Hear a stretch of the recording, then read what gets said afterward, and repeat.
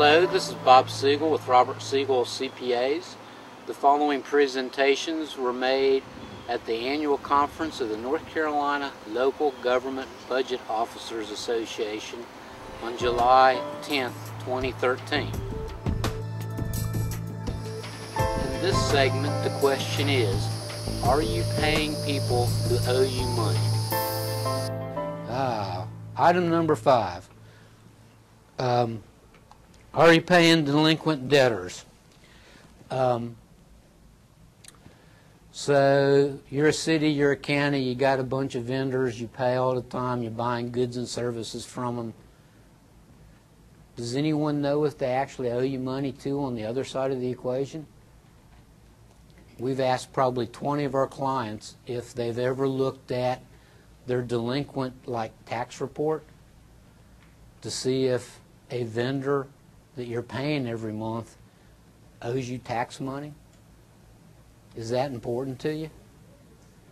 You know, it's not exactly fair to your other vendors in town who actually pay their tax bills on time, and yet you're buying from someone who owes you money.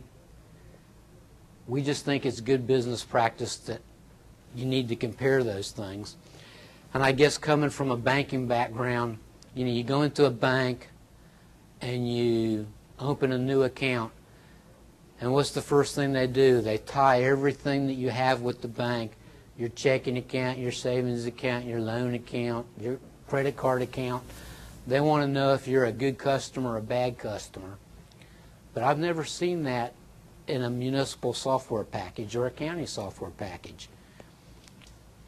All these utilities, tax, all of them are like standalone software programs, so you don't have one place to tell you who owes you money. Story from a South Carolina client. I'm sitting down there meeting with the town manager. At some point we started talking about what they call business licenses. In North Carolina you would call them privilege licenses. And I said, do you realize your largest auto dealership did not buy a license last year? Bought it 2 years ago and all the years before, but last year he didn't buy one. Manager said, no, I was not aware of that. Calls downstairs, talks to the revenue people, confirms, yep, they haven't bought a license. Manager says, thank you for telling me, picks up the phone, dials the auto dealership, gets the owner on the phone, and says, you know, we have those 6 police cars on the agenda for purchase tonight, but I'm going to have to cancel that agenda item because, you know, I just can't buy them from you. Why? Well, you didn't buy a business license from us last year, and I can't buy from someone who doesn't have a license. And yes, if you hand delivered a check in the next hour or two before I cross it off the agenda, and sure enough, before I left that day, a check mysteriously appeared. But that was another situation where the right hand didn't know what the left hand was doing. I think 3 years ago, it's either 3 or 4 years ago, I was at the National Government Finance Officers Association convention someplace or the other. I can't remember where it was. And like the internal auditor was speaking from, I think it was the city of Dallas. And they had mentioned that they had done this who we pay versus who owes us money. And he said within 90 days they had collected $700,000. Vendors did not want to be cut off. So it's just like, I don't know if it's important to you, but it just seems like cash flow for most of you is slowing down.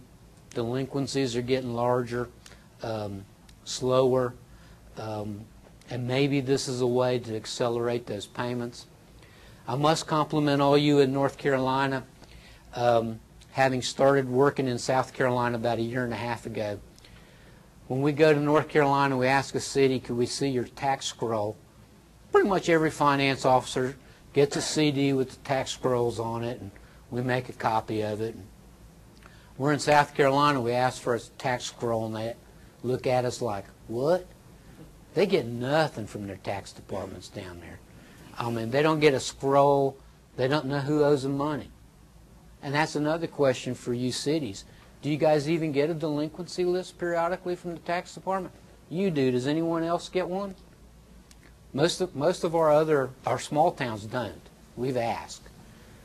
But I mean, how are you going to compare your vendor file to your delinquent file if you don't have a delinquent file? I think in North Carolina, I'm sure the tax department would be happy to send you one. Thank you very much for your time.